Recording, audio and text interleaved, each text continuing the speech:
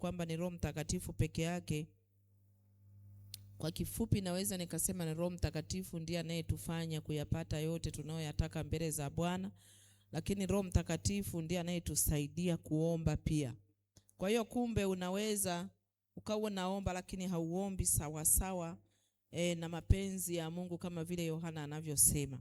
Kwa hiyo hata kuomba tunaomba katika Roho Mtakatifu na ndipo tunapata majibu yetu. Yani katika kila jambo kwa mtu wa Mungu tufanye katika Roho Mtakatifu na ndipo tutafanya kwa usahihi zaidi. Bwana Yesu asifiwe sana. Kwa hiyo niseme tu kwamba somo letu linasema, je, una picha gani katika maisha yako? Una picha gani katika maisha yako? Nilizungumza nikasema Bwana alikuwa ananifundisha sana kwa habari ya picha. Fanye kazi. Niseme tu kwamba nimshukuru Mungu kwa ajili ya watu ambao kupitia hili somo wameelewa wako wapi na wametambua wako kwenye hatua gani. Wapo, ninamshukuru Mungu. Kwa wale waliosukumwa kushuhudia, walishuhudia. Ninamshukuru Mungu. Lakini niseme kwamba picha ni kitu ambacho kinakaa kwenye moyo wa mtu. Ndani ya moyo wa mtu ndiko kuna mtazamo wake na ndiko kuna maamuzi. Kunawezekana kwamba maamuzi ulionayo leo au matendo unayoyafanya leo inategemea picha ulionayo kwenye maisha yako. Jana nilizungumza kwamba ni hatari sana kumtazama mtu mwingine anaishi vipi au anaenenda vipi. Haijalishi eti kwa sababu yupo tu kanisani. Hiyo sio sababu. Kunawezekana kwamba mwenzako yupo kanisani hamfanani mtazamo. Au mwenzako yupo kanisani alishafikia lengo ila wewe bado. Kumbe ni muhimu sana kujitathmini mwenyewe kila kunapokucha. Watu wengi wamekuwa waasi pia kwa sababu ya kutokutulia na Roho Mtakatifu waweze kumsikiliza, awape picha halisi ya maisha yao na picha halisi ya wao ni kina nani kwenye maisha. Usipende kuiga. Sio kila unayemuona yupo kanisani ni wa kanisani. Kuna wengine wako kanisani kwa sababu wanawakilisha ufalme wa shetani kanisani. Na ndio maana ni hatari sana kuwaiga. Niseme tu kwamba katika maisha yetu hakuna jambo ambalo nataka kulifanya halina picha. Huo ndio ukweli. Na hakuna mtu ambaye hana picha wakati anapata mke wa kuoa. Hichi naeleweka sana kwa wale ambao hawajapata wenzi wao. Kila mtu wakati anataka kuoa hapo au anapotaka kufikiri maisha yake ya kesho ataishi na mtu wa namna gani, anakuaga na picha yake. Na kupitia ile picha alionayo ndio inayompa kumuona huyu ni sahihi na huyu sio sahihi. Naomba nisikilize vizuri. Yaani kila mtu ana picha yake kwenye maisha na katika kila hatua anayotaka kuifanya. Kikawaida mtu una picha yako. Nimezungumza picha inakaa kwenye moyo wako, kwenye moyo wako inakuja kwenye mtazamo wako. Sasa wakati unafikiri kuoa au unafikiri kuolewa, lazima una picha yako. Na ndio maana watu wengi wanaumia leo kwa sababu walitegemea kuwa na mke wa namna fulani. Jambo la kwanza, mtu anapotaka kuwa na mke anaona picha ya sura na muonekano. Halafu kiundani sasa tabia na maisha yapi atakayoyaishi. Sasa mara nyingi wanandoa wengi wanakwenda kushindwana inapofika ile picha uliyokuwa unayo ndiyo kwenye sura amekizi. Lakini sasa ulipoanza kuishi naye ile picha uliyokuwa unaona kwamba nitakuwa na amani, hakuna amani tena. Uliyokuwa unaona ataniletea watoto wa namna fulani, hawajaja wa namna hiyo. Atakuwa ananiita baby, mtoto mkubwa, hakuna huipati. Ndio matokeo ya siku mtu anavunjika moyo na ndio mwanzo wa watu kutokuelewana ndani ya ndoa. Kumbe nimegundua kitu kimoja. Katika kila jambo, mfanya biashara kila mwaka ana picha yake kwamba anataka kufika mahali fulani. Asipofikia ni lazima atajipambanua sana na kujiuliza maswali mengi. Kwa hiyo katika kila eneo, mzazi anapopata katoto tu ana picha jamani. Huo ni ukweli. Ana picha. Ana picha hatua kwa hatua. kwamba itafika wakati katakuwa kananiita baba au katakuwa kananiita mama. Yaani kuna picha ya maisha halisi na hatua zake. Sasa mtu usipoziona zile picha ulizokuwa unaziona sawa sawa na wakati na nyakati, ni lazima moyo uumie. Watu wengi, nimesema hivi, kuna wengine walikuja kanisani wanataka tu kuolewa. Alipochelewa mme, wamekata tamaa, hawamtaki tena nani? Mungu. Hao hawakuwa wanamtaka Mungu kama Mungu. Walikuja kanisani ili awajibu, awape mme. Usione ajabu. Ni yeye yule, ni mtazamo wake. Kwa hiyo usishangae. Hakuja kanisani kwamba huyu Mungu nataka nikifa niende mbinguni. Yeye alikuja apate mme. Stop. Na ndio maana mme alipochelewa hawezi kuendelea kuwa na huyu Mungu. Sasa watu wa namna hiyo ndo wale wasiomhitaji Roho Mtakatifu kwenye maisha yao ya wokovu.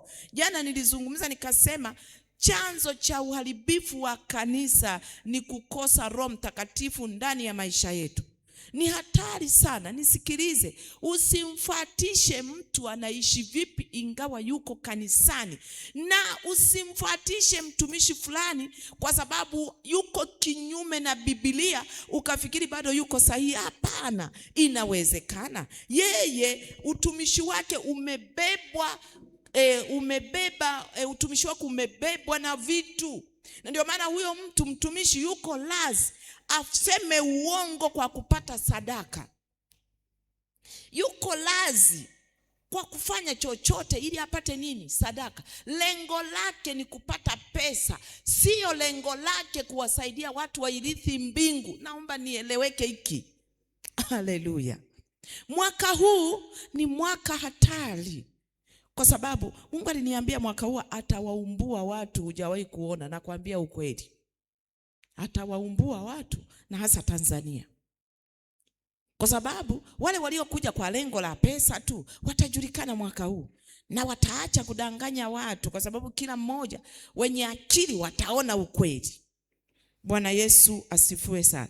Kwa nini Mungu atafanya hayo? Kwa sababu Mungu anataka roho za watu, hataki vyovyote. Nisikilize, kama Roho Mtakatifu ndio kiongozi wako, hautakaa kumtazama mtu kama kiongozi yeye peke yake. Ndio, sikatai kuwa na mtu anayekuongoza, lakini na wewe, yani yule atakuwa tu kielelezo kwa kile unachokisikia ndani yako. Hata unabii unapotolewa kikawaida, Mungu huwa anaanza kusema na mtu na kisha unasemwa tena, unarudiwa na tena. Lakini anaposema mtu, labda mtu ametumiwa huku ndani, na wewe unasikia kwamba hiki ni kweli, kwa sababu Roho Mtakatifu ndiye anayeshuhudia ndani yako katika kweli yote. Nisikilize vizuri. Sasa Roho Mtakatifu ndiye anayewaacha watu dunia ya sasa.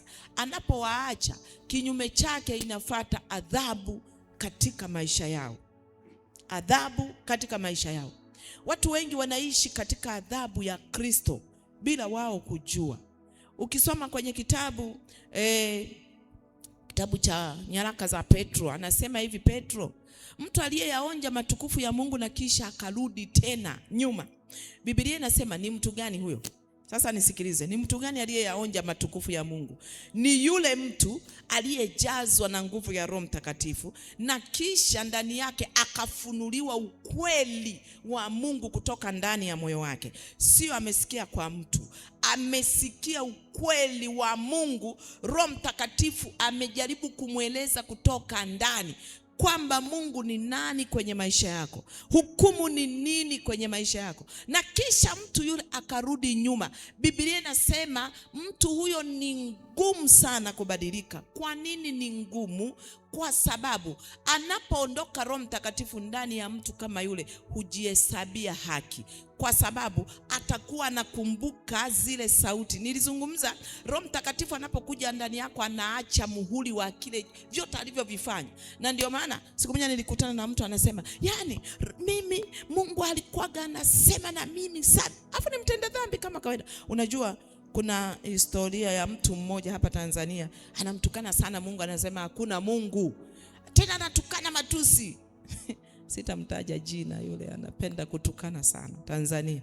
Upo baba mmoja yuko Mbeya. Mimi siku moja nilishangaa. Nilifuatilia klipu zake, alikuwa anahubiri kanisani. Si unanipata? Alikuwa anawahubiria, anaenda huko nje na maspika anahubiri, watu wanaokoka. Leo jiulize ni kitu gani? Ni yule yule aliyekuwa anahubiri watu wanaokoka, ni yule yule aliyekuwa anatangaza kwamba Kristo ni Mungu, ni yule yule. Leo huyo anamtukana Mungu. Ni kwa sababu gani? Imefika mahali anajihesabia haki, anayakumbuka yale matukufu ndani yake. Sio kwamba zile picha zimefutika, zipo. Kilichopungua ni yule Roho Mtakatifu mwenye kumpa uwezo, mwenye kufanya uzito zile ahadi za Mungu, ndiye aliyeondoka. Sio kwamba hajui kwamba Kristo ni Mungu, sio kwamba hajui kwamba kuna siku ya hukumu, sio kwamba hajui, anajua. Isipokuwa yule Roho Mtakatifu ameondoka. Kinyume chake amekuja Roho Mtakafujo au roho wa hukumu kinyume chake. Na ndio maana inakuwa ni ngumu. Na Biblia inasema anafananishwa huyo mtu na mbwa aliyetapika na kisha akarudia matapishi yake. Biblia inasema hivyo katika kitabu cha nyaraka za Petro.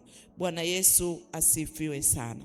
Kwa hiyo ni Roho Mtakatifu ndiye anayeleta hukumu. Kinyume chake asipotembea na wewe analeta hukumu.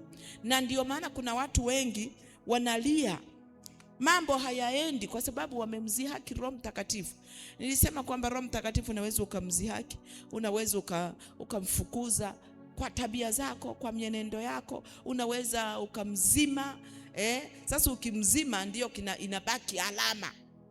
Bwana Yesu asifiwe. Roho Mtakatifu unaweza ukamkufuru. Na Biblia inasema, ukisoma vizuri, Yesu mwenyewe alisema kwamba atakaye mkufuru Roho Mtakatifu hatasamehewa. Si ndio? Haimaanishi kwamba akitubu hatasamehewa, hapana. Kinyume chake inakuwa ni ngumu kurudi kwa sababu tayari ulikwisha kuyaonja matukufu. Yaani kwa lugha nyingine niseme hivi, mtu aliyejikata au mtu aliyefanywa operation kwenye tumbo.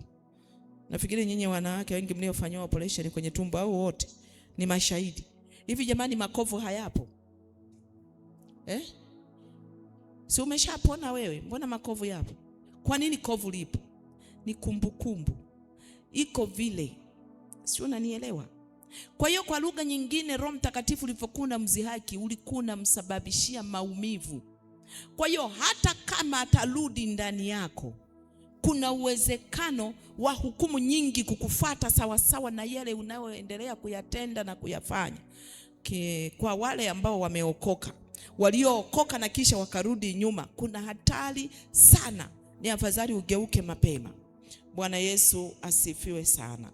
Kwa hiyo siku ya leo mimi nataka tuombe. Hebu fungua kwenye kitabu cha Samueli wa kwanza 17. Samueli wa kwanza 17 45 mpaka 46. Naomba unisaidie kusoma.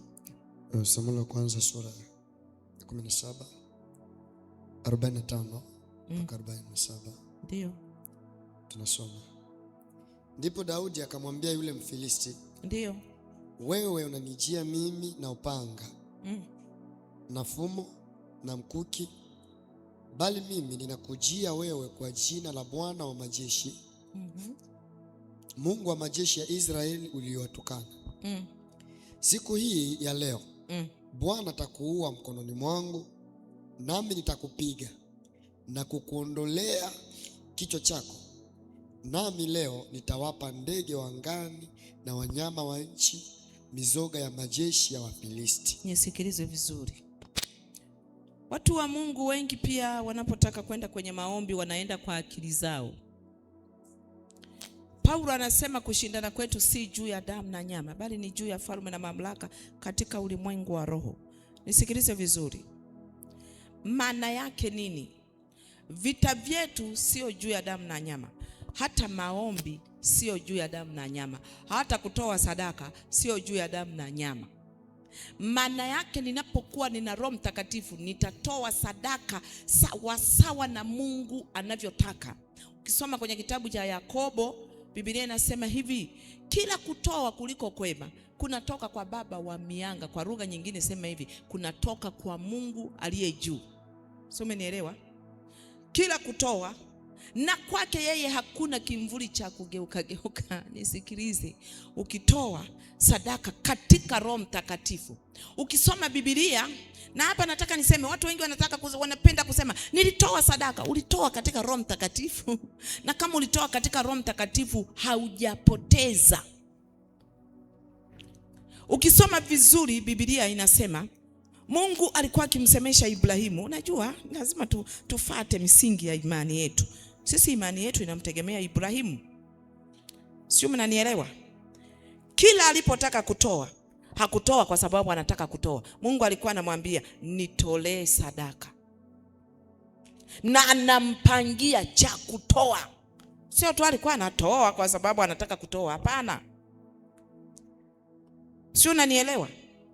Na maanisha nini? Kuna njia mbili za kujua ni Mungu anataka umtolee. Jambo la kwanza ni kuisikia sauti ya Mungu inakwambia toa hiki. Lakini jambo la pili ni ile hali ya kusikia ndani yako kutoa. Na ukitoa katika Roho Mtakatifu, hautatoa unacheka cheka. Kuna kitu kinaanzia huku ndani. Watu wengi hata kumtolea Mungu wanamtolea kwa sababu wanamtolea masalo au mabaki. Mungu ukimtolea mabaki, utapokea mabaki. Sio, unanielewa?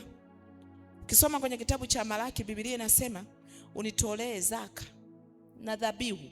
Watu wengi hawatoi dhabihu, wanatoa zaka. Watu wengi na zaka hizo hizo wanazigeuza eti, nisikilize, mimi ninashangaa. Fungu la 10 unasema natoa hii zaka nipeleke kwa watoto yatima. Hiyo sio sadaka ya moyo wako. Ni kitu cha Mungu, ndo wewe umempangia Mungu kwamba hii zaka hii, tilipu hii, Mungu nataka iende kwa yatima. Lakini kikawaida zaka hutakiwi kuipangia, isipokuwa unatakiwa kutoa kwa watumishi wa Mungu ambaye Mungu amekupa. Sio kila mtu pia. Kumbuka, unapotoa zaka unapanda kwenye udongo mzuri au unapanda kwenye jangwa. Ukipanda kwenye jangwa utavuna jangwa. Ukipanda kwenye udongo mzuri utavuna matunda yaliyo mengi, utavuna matunda mengi. Unanielewa? Kwa lugha nyingine, unapotaka kuwapa watoto yatima au wajane au wahitaji, unatakiwa utoe dhabihu. Dhabihu ndiyo sadaka ya moyo wako. Yaani dhabihu kwa lugha nyingine ni moyo wako. Au unasimama badala. Yaani badala hicho kitu ulitakiwa ukifanye wewe, badala ukifanye wewe, anakifanya Mungu. Ulichotakiwa kukifanya wewe, inafanya pesa yako au kitu chako. Sio, unanielewa? Haleluya. Kwa lugha nyingine, dhabihu unatoa badala, yani unajitoa mwenyewe mbele za Mungu kwa ajili ya wengine. Haleluya. Bwana Yesu asifiwe sana. Sasa unajua haya yote tungeyapata tungekuwa tunafundishwa na Roho Mtakatifu kabisa. Mimi huwa ninamshangaa sana Mungu. Wakati mwingine Mungu anaweza akaniambia, Esther, nataka utasikia toa kiasi fulani, hata kama sina. Mimi Mungu akiniambia nitoe kiasi fulani na uwezo wa kutafuta, namwambia Mungu sina hapa. Ananiambia nataka utoe. Mimi nitakachokifanya nitamwambia nipe kibali niitafute hiyo hela. Hata ni kwa kukopa, nitakopa na nitatoa. Si Mungu amesema? Maana yake anajua ninayo. Na nisikilize, dhabihu ndiyo aliyojaribiwa Ibrahimu. Ibrahimu aliambiwa hivi na Mungu, nitolee mwanao Isaka sadaka ya kuteketezwa. Sadaka ya kuteketezwa ndo dhabihu. Haleluya, watu wa Mungu. Bwana Yesu asifiwe.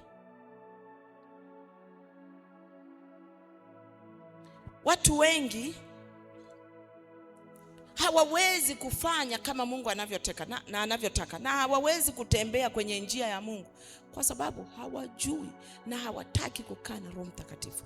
Nisikilize, ni ngumu sana kukaa na Roho Mtakatifu. Nitumie hilo neno kwa sababu Roho Mtakatifu yeye anataka kuongoze mpaka kwa vitu vidogo vidogo sana kabisa. Roho Mtakatifu anataka kuongoze mpaka kwa vitu vidogo vidogo kabisa, vidogo vidogo kabisa. Lakini wakati mwingine tunataka Roho Mtakatifu atuongoze kwa makubwa. Hapo ndipo tunaposhindwa. Roho Mtakatifu anataka ayaongoze maisha yetu yote, na ndipo hatutaanguka, hatutajikwaa. Nisikilize, Daudi aligundua hiyo siri, akasema sio mimi ninayekupiga, anayekupiga ni Bwana wa majeshi kwa mkono wangu. Hebu sema, nitayapiga majeshi ya shetani. Bwana atayapiga majeshi ya shetani kwa mkono wangu.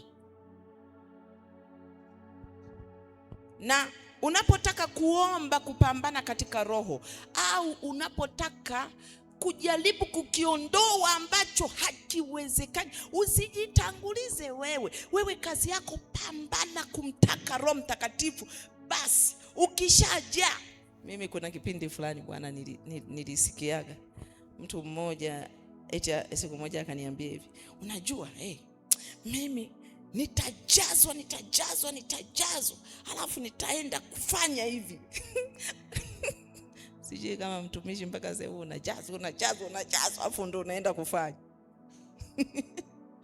Alisemaga hivi, yani mimi nilikuwa, kuna watu tulikuwa tumealikwa mahali fulani kwenda kuimba. Mtu ni fundi wa kuimba. Mimi nikisimama hamna mtu. Asa hiyo siku nikasema nitakaa na Roho Mtakatifu. Hiyo siku nilikuwa nimeshinda, najazwa.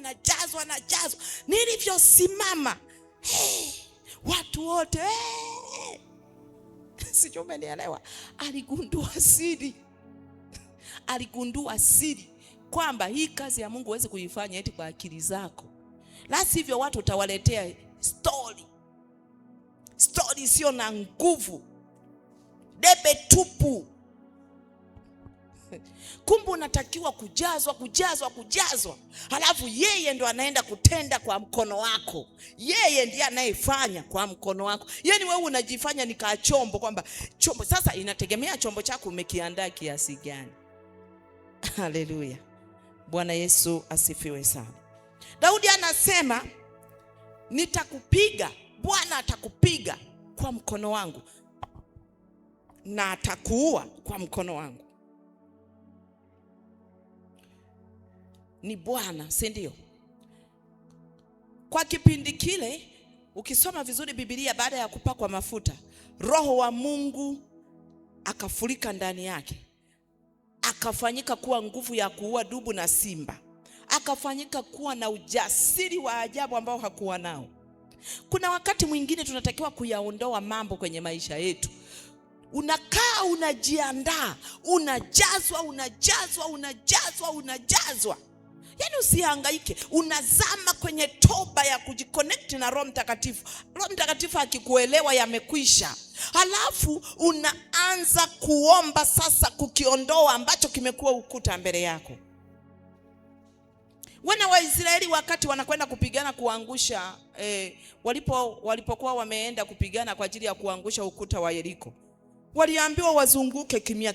Unajua ile kimya zile siku 6 zile zilikuwa walikuwa wanajazwa. Nisikilize vizuri. Na hata walipotenda dhambi, nchi ya Ai, nchi kadogo kakawapiga wana wa Israeli. Alipokuwa na galagala na nili, akasema waambie wana wa Israeli wajitakase kwa sababu wametenda dhambi, uondoe uovu. Kumbe kazi yako ni kupambana kila kadoa ndani yako kaondoke, na kisha mwambie Roho Mtakatifu, sasa fanya wewe, mimi niko hapa. Halafu wewe unakaa tayari kama chombo cha kutumiwa. Maana yake unaanza wewe unafanya kila anachosema huko. Mimi mara nyingi sana nikifanya maombi ya hivyo, huwa siombi yale ninayotaka mimi. Sikia, ukimkuta mtu anaomba anakosa maneno ya kusema, hakuna Roho Mtakatifu ndani yake. Sikia, ukianza kuomba tu utasikia huku ndani maneno yanatiririka. Yanatoka wapi? Yanatoka wapi maneno ya kusema? Wakati mwingine unaomba mpaka unasema mbona unaanza kufyeka vitu ambavyo hata hujawahi kukifikiria kwenye moyo wako, hujawahi kukiwaza. Kinatoka wapi? Maana yake ni Roho Mtakatifu, yeye ndiye anayefanya kazi kutoka ndani yako. Sijui tunaelewana? Haleluya. Nisikilize nikwambie. Ukisoma kwenye kitabu cha Matendo sura ya 5 mstari wa 9, Petro anamtambulisha Roho Mtakatifu kama mwenye uwezo na mwenye kuua uharibifu. Watu wengi unajua mpaka sasa hivi wanafikiri, sikia nikwambie, ukimzihaki Roho Mtakatifu lazima hukumu iko nyuma yako. Asikudanganye mtu. Lazima hukumu iko nyuma yako kukutandika. Na wakati mwingine hiyo hukumu ni kwa ajili ya kukurejesha. Kuna watu wengine hukumu ya kukukataa. Haleluya. Ni Roho Mtakatifu. Sasa tangu tumeanza, ninaamini kwamba watu tulikuwa tukipambana kwa ajili ya kumtaka Roho Mtakatifu ndani yetu, si ndio? Haleluya, watu wa Mungu. Hebu punga mkono hewani hivi. Roho Mtakatifu yuko ndani yetu, si ndio? Sasa hili wiki tunataka kuyaondoa majeshi yote ya adui. Unanielewa? Tunataka kuyaondoa majeshi yote ya adui ambayo adui amejipanga kutushambulia. Hebu nisikilize. Mwaka huu utakachokitaka kilicho cha haki, na umefuatilia hii kanuni na kuambia kukaa na Roho Mtakatifu, na kuhakikishia watakukimbia adui zako. Sasa sikia, kila mtu ana adui yake kwenye maisha yake, si ndio? Kuna mwingine ana majeshi ya madumadu na palale na nzige. Yaani unawajua maadui palale na nzige? Unawajua? Kazi yao ni kukukula ambavyo vinatakiwa kutokea. Yaani kamea kakiota kanaliwa, kanabakia shina. Inawezekana na wewe. Sasa palale na nzige na madumadu kazi yao kutafuna kile kinachotaka kuchomoja, kinaliwa, unabaki tena huna kitu. Yaani ulikuwa umejiandaa kabisa mwaka huu wa chumba. Sasa unashangaa ulikuwa utongozwi, wavulana 7 wote wanakufuata wewe, mimi mzuri, kamechomoka. Kama ndani yako kuna hiyo roho ya kula, wanaliwa wote, shwa, unabaki huna hata mmoja. Inawezekana na wakwako kabisa alikuwepo ndani ya watu 7. Yaani ulikuwa, umeahidiwa vya kutosha, unajua najiandaa nikupe kitu fulani, nataka nikununulie gari, kwa sababu kuna kanzige na kapalale kanakula, shwa, hakuna tena. Yaani ulikuwa mipango mingi, unaiona kampuni hii hapo, unafuatilia, unafanya hivi, kapalale kakainuka, kakala, kakafuata na kamodumadu kakaja kakamalizia kanzige mpaka kwenye shina, unabaki una chochote, hakuna tena. Yaani matumaini yote yanakwisha. Ulianza kuwa na kaupako fulani hivi, watu wameanza kukufuata. Madumadu walipoinuka wakakukula, ukakosa kiu tena ya kazi ya Mungu. Yaani ulikuwa umepambana, ukapambana miezi 4 tu, ukashangaa kiu hakuna tena. Jamani, mimi napita kwenye wakati mgumu, nashindwa kabisa. Yaani kila nikijaribu kufanya hamna. Kale kalikoota kameliwa. Laana ya palale, nzige na madumadu. Unanipata? Ni kukula kila kinachojaribu kuota. Unarudi tena zilo. Sasa ukaanza kuchipuka tena muda. Au unapokuwa umekaa na Mungu tu, umeona milango imefunguka, kanzige na badumadu na palale kanaota katabia mbaya. Kengine kanaota tu kukupa kiu ya dhambi, unatenda dhambi. Binti mmoja nilikuwa namhudumia. Yaani yeye kukitokea hata wewe nabii wake, unaona kabisa huyu bado hatua moja atatoboa. Mwili unanyanyuka, anatenda dhambi na hawala zake. Shwa! kanaliwa kanzika kale kalipochipuka. Walio wa Mungu wanakimbia shwa, anabaki tupu. Kanzige, palale na madumadu vina aina nyingi vya kwa kuja kwenye maisha. Sio aina moja tu eti kwamba utakutana na kukata. Inaweza kakaibuka kutoka ndani yako ukatamani dhambi, ukaanza kutenda dhambi. Msichana, mwanaume Mungu alikuaita anakupa. Sasa ndo kashetani kameota kale kakibali. Kanaota kale kakibali sasa kameanza kuonekana kwa wanaume wawili watatu. Kale katamaa tena. Yaani mimi nashindwa kabisa, nashindwa. Shwa! Nzige na palale tafuna unabaki zilo. Alafu unakata tamaa, unaanza huyu Mungu mimi hanijibu. Sikiliza. Ni wewe mwenyewe umevishindwa vinzige na palale na madumadu.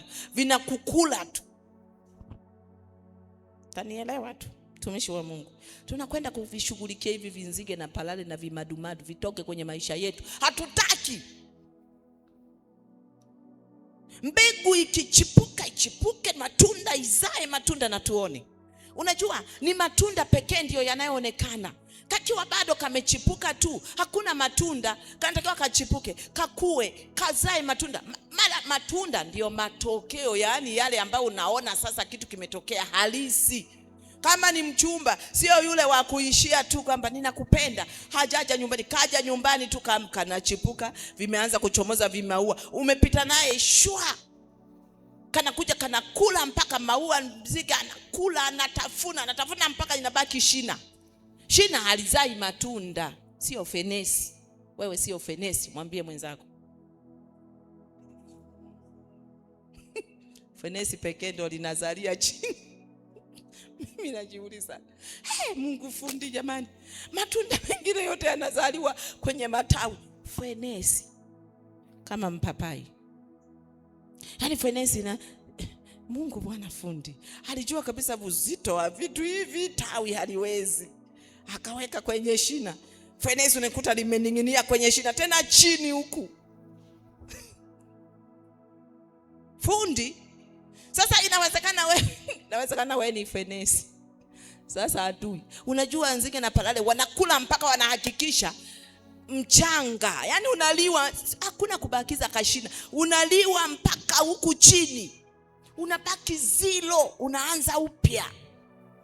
Ulikuwa umepambana kama mtaji yaani unaona sasa baada ya miezi miwili hapa nitaanza kwenda China. Unajua kinatokea nini?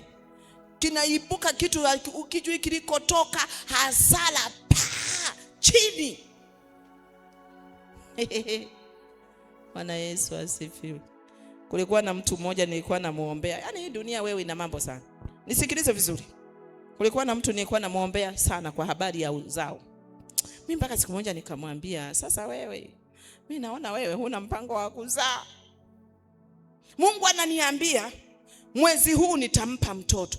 Zile siku za hatari wanagombana na mume wake. Hatari. Hiyo mimba inatoka wapi? Yaani zile siku za hatari. Au mwanaume anaumwa. Zile siku za hatari. Mimi mpaka nikamwambia, hivi wewe hujui kama ni shetani huu? Mtazeeka ingawa mna ahadi ya Mungu. Mungu anataka mzae, lakini Mungu atashusha, wewe utakuwa Bikira Mariamu. Kuna njia za kupata mtoto. Sasa zile siku za hatari, yani zile siku za kubeba mimba, zote wanagombana, wanaachana na kitanda. We acha bwana. Nzige na palale waogope. Waogope. Chunguza kwenye maisha yako. Hakuna kweli nzige na palale. Chunguza. Naomba tusimame. Taishia hapo kwa leo na tutaomba.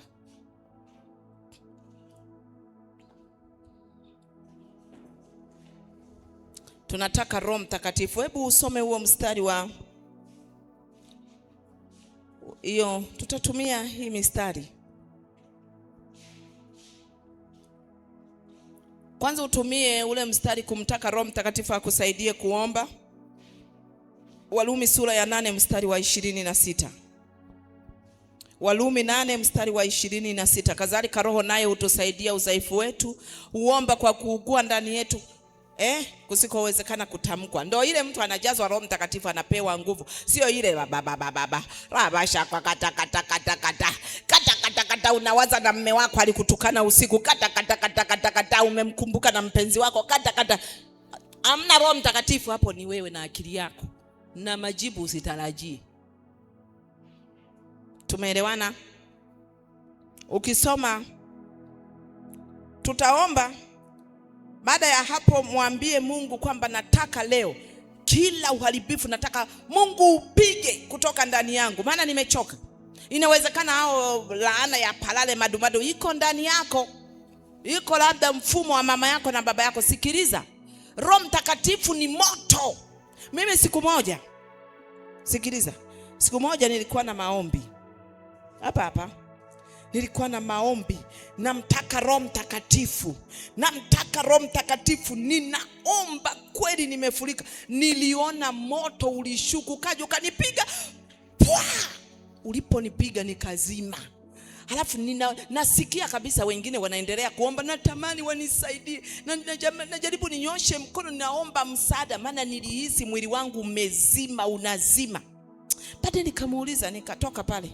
Baada ya maombi kesho yake yameisha, nikaenda nikamuuliza baba, unajua mimi jana nilisikia, na hicho kitendo kwa mwaka ule ilijirudia mara 3. Baba kaniambia, Mungu Roho Mtakatifu ni moto.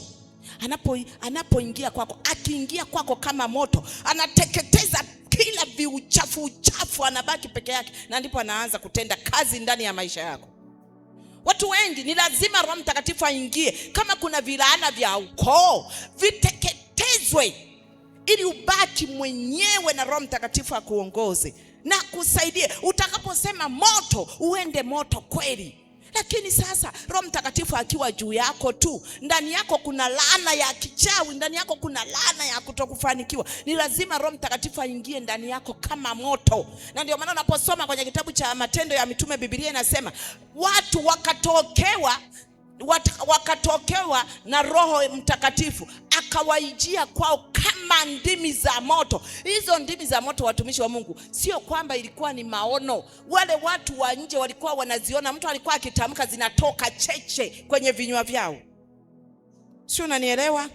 Roho Mtakatifu ni lazima akuvae, halafu usiwe wewe unaishi. Sikiliza, Roho Mtakatifu alipokuja kwa Paulo, Biblia inasema akapigwa, wakashangaa Paulo ameanguka. Halafu Paulo akasema, wewe unani? Akasema amemuona mtu ameketi. Maana yake nguvu ya Mungu ilikuja kwa Paulo kama moto, ikapiga, ikaua kila kitu kilichokuwa na cha Paulo ndani yake. Tabia mbaya zote zikafa, roho ya uasi ikafa. Sikiliza, unafanya dhambi kwa sababu haijakufa ile roho ya dhambi kwenye maisha, na anayeua ni Roho Mtakatifu. Huwezi kuwa mshindi kwa sababu Roho aliyemshindi hajaja juu yako na ndani yako kuiua roho ya kushindwa.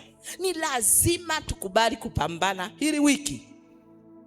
Hapa namzungumzia Roho Mtakatifu. Ni wewe mwenyewe utamtaka kibinafsi kabisa. Nisikilize, jana nilizungumza Roho Mtakatifu sio mpaka unene kwa hapana. Kuna watu wengine wananena kwa lugha, wanalia na shida zao, si ndio? Fatishe sasa maneno haya. Fatishe maneno haya. Sema, Bwana Yesu, ninakuja mbele zako. Ninakushukuru kwa uaminifu wako. Ninakushukuru kwa uaminifu wako. Na neema ulionipa. Na neema ulionipa. Siku ya leo. Siku ya leo. Bwana. Bwana. Nanyenyekea chini ya mbawa zako. Nanyenyekea chini ya mbawa zako. Nikidai neema yako. Nikidai neema yako. Nikidai mapenzi yako. Nikidai mapenzi kwenye maisha yangu. Kwenye maisha kwa jina la Yesu. Kwa jina la Yesu. Mfalme, ninasogea msalabani pako, ambapo ndipo nilinunuliwa na kuwa chombo kipya katika Kristo Yesu.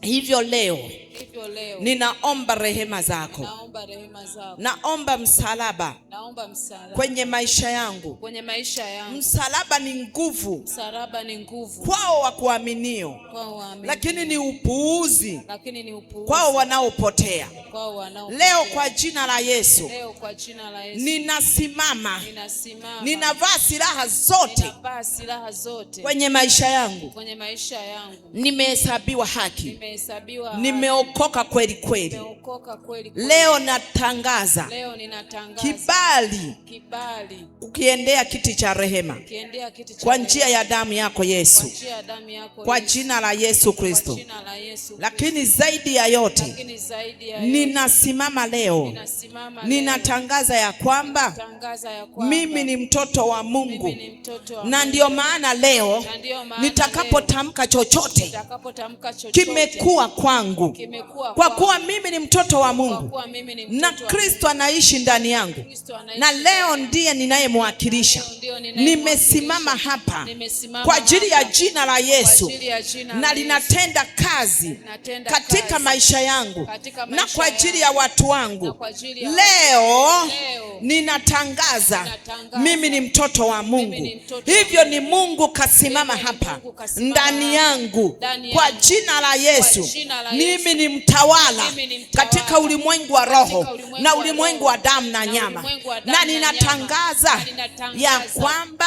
ya kwamba mimi ni moto ulao, mimi ni moto kama ulao. neno la Bwana Kama neno linavyosema la Bwana ya kwamba linavyosema. Mungu wetu Ya kwamba Mungu ni wetu moto ulao, ni moto na ya ulao. kwamba Na ya kwamba watumishi wake Mungu anawafanya kuwa miale ya moto. Anawafanya kuwa Mimi miale. leo ni moto. Mimi leo ni Ndivyo moto. ninavyoutangazia Ninavyotangaza. ulimwengu wa roho Ulimwengu na wa ulimwengu wa damu na nyama. ulimwengu wa damu na Usikie nyama. Usikie. leo, Leo. ninatangaza hakuna kiumbe kitakachojificha kinachofuatilia maisha yangu na familia yangu na vyote nilivyo navyo kwa jina la Yesu. Wakikaa katika roho watapigwa katika roho, wakikaa katika mwili watapigwa katika mwili kwa jina la Yesu. Ndivyo ninavyotangaza, na nena katika roho na ninanena katika mwili kwa jina la Yesu.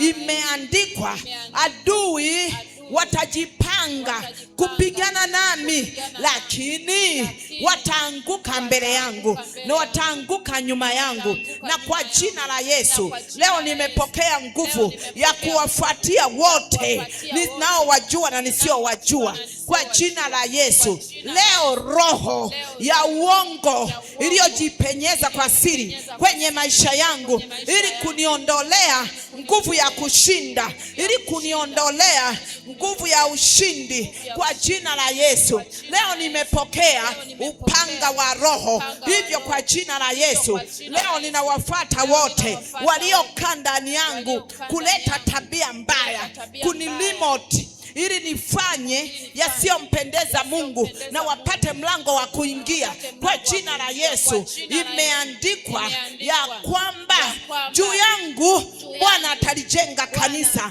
kwa jina la Yesu.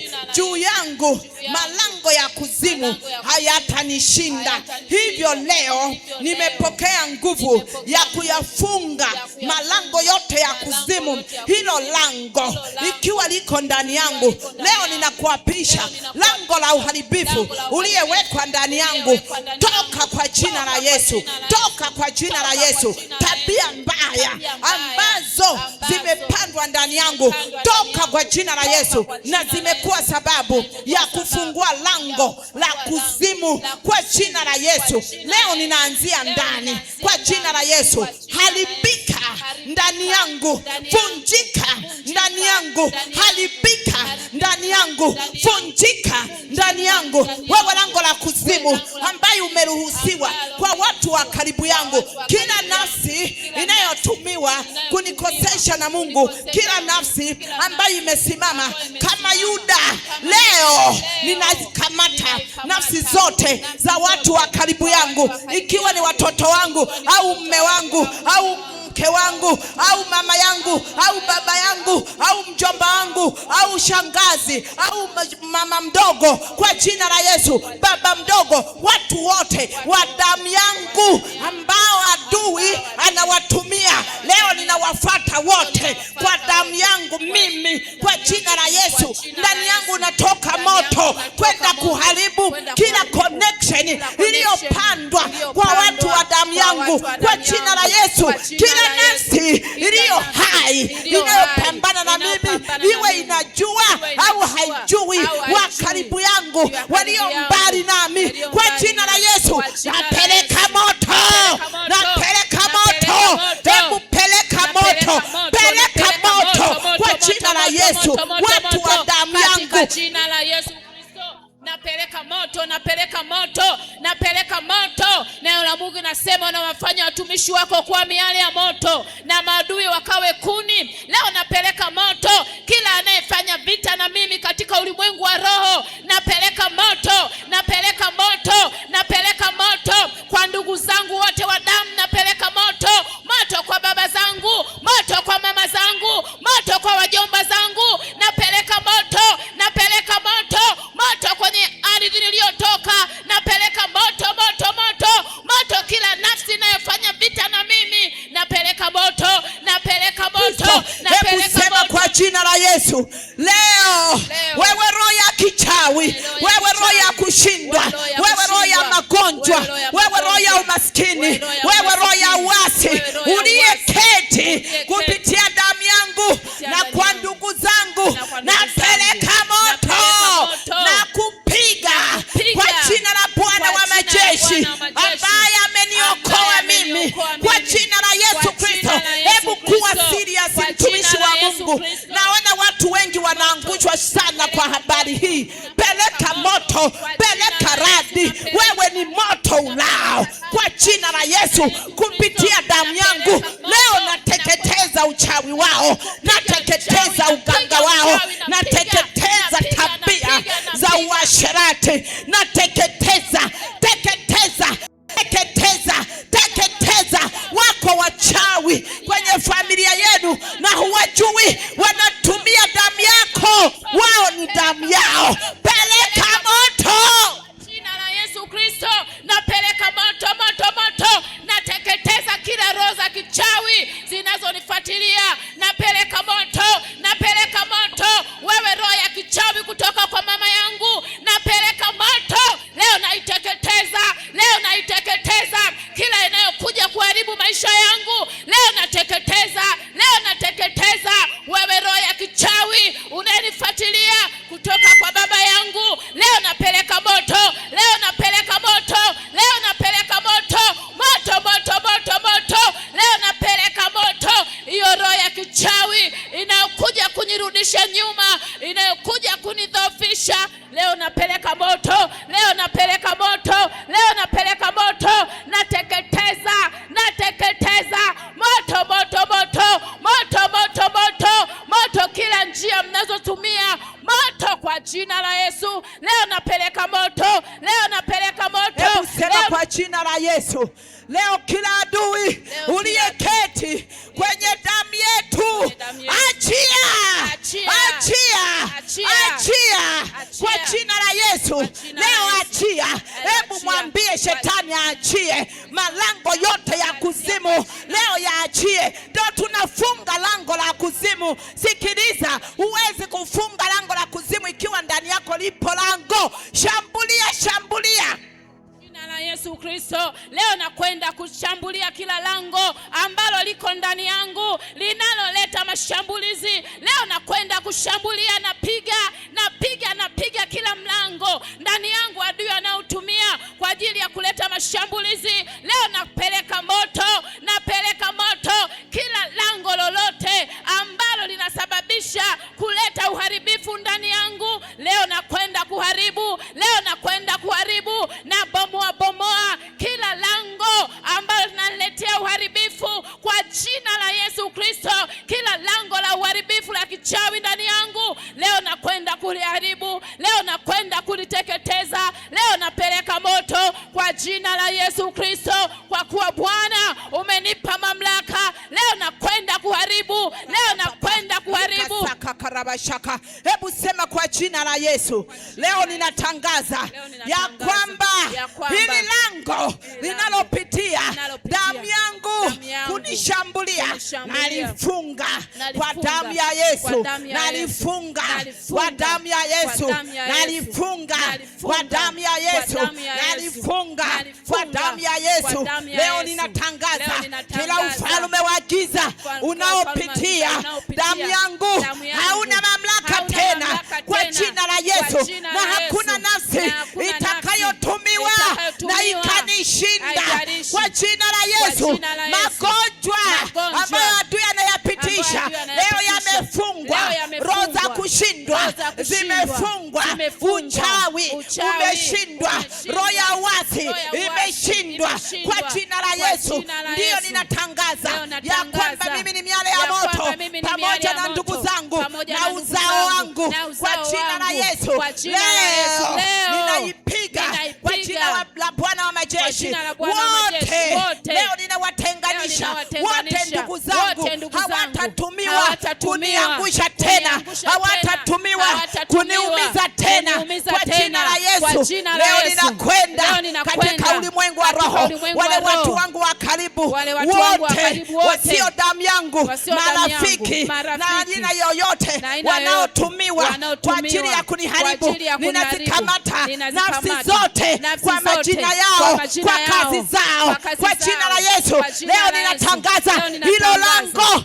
halitafunguliwa tena juu yako kwa jina la Yesu. Kila roho ya uajenti iliyotumwa kwangu imeanguka kwa jina la Yesu, kwa kazi zake, kwa utendaji wake kwa jina la Yesu, kwa nyakati zote ndani ya huu mwaka imeanguka kwa jina la Yesu. Hebu tangaza hiyo roho imeanguka karibu na wewe. Leo ninatangaza kwa jina la Yesu Kristo wa Nazareti, kila nafsi ambazo zilikuwa karibu na mimi, marafiki wote ambao wamekuwa ni maajenti wa kuniharibu, leo natangaza wameanguka kwa jina la Yesu Kristo. Leo natangaza wameanguka wote ambao walikuwa wanakuja kwa siri kwa ajili ya kuniharibu, kwa ajili ya kuharibu utumishi wangu, kwa ajili ya kuharibu utumishi wangu. Leo kwa jina la Yesu Kristo natangaza hilo lango leo limeanguka. Wote wameanguka, wote wameanguka, wote wameanguka kwa jina la Yesu Kristo. Waliokuwa nakuja kwa siri, wamejivalia mavazi ya kondoo, lakini ndani ni mbwa mwitu. Waliokuwa na haribu ule mchi ambao unachipuka ndani yangu, leo wameharibika, leo wamevunjika, leo wameteketea. Ninafunga hilo lango kwa jina la Yesu Kristo. Nimelifunga leo, hizo nafsi hazina nafasi tena kwangu. Leo nimelifunga kwa mamlaka ya jina la Yesu. Neno la Mungu inasema ya kwamba nitakalofunga duniani na mbinguni limefungwa. Leo ninafunga kwa jina la Yesu Kristo. Hazitanyanyuka tena kufanya vita nami, hazitanyanyuka tena kunidhoofisha, hazitanyanyuka tena kwa ajili ya kunipinga kwa jina la Yesu Kristo. Leo natangaza kwa jina la Yesu, nafsi zote hazina tena uwezo ndani yangu, hazitanishambulia tena. Leo najitabiria mambo mema juu ya kila kitu kilichokuwa kimeharibika kupitia nafsi ya ndugu zangu, kupitia rafiki zangu, watu wa karibu yangu kwa jina la Yesu. Leo ninatangaza nimerejeshewa vyote vilivyopotea na hizo nyakati zote zilizokuwa zimeibiwa. Natangaza nitachipuka tena, nachipuka tena, nachipuka tena, nachipuka tena, nachipuka tena kwa jina la Yesu Kristo. Leo ninatangaza kila ambacho kilikuwa kimekufa, leo natangaza kuchipuka tena. Ahadi zangu zilizokuwa zimeharibiwa, ahadi zangu zilizokuwa zimepotea, leo natangaza kurejeshwa. Zinachipua tena, zinachipua tena. Ahadi za kuwa za uzao zinachipuka tena, ahadi za kuwa juu zinachipuka tena, ahadi za kubarikiwa zinachipuka tena. Natangaza ya kwamba ahadi zote zilizokuwa zimetiwa giza sasa zina mwanga, sasa zina nuru. Mimi ni nuru inang'aa gizani, wala giza haitaiweza. Natangaza ya kwamba Bwana akisema ndio, ni nani aweze kupinga? Natangaza kuchipuka. Kila kilichokuwa kimekufa ndani yangu kimechipuka, kimechipuka. Natangaza kimechipuka. Kibali kimechipuka. Kibali kilichokuwa kimeharibiwa, natangaza kimechipuka. Natangaza kimechipuka kwa jina la Yesu Kristo. Yale yaliyokuwa mbali sasa yamekuwa karibu kwa jina la Yesu Kristo. Sema kwa jina la Yesu. Kwa jina la Yesu. Ninakushukuru Bwana Yesu. Ninakushukuru Bwana Yesu. Kwa ajili ya uaminifu wako. Kwa ajili ya uaminifu wako. Nipe kuyapokea yote. Nipe kuyapokea yote. Na kuyatafakari. Usiniondoe. Usiruhusu niondolewe. Hatua zangu kwenda mbele. Na kuyaona matukufu yako tena. Kwa jina la Yesu. Naita ulinzi. Unifiche kwa mbawa zako. Na Mungu Roho Mtakatifu, endelea kusema nami. Katika jina la Yesu. Katika jina la Yesu. Amen. Mshangilie Bwana kwa makofi.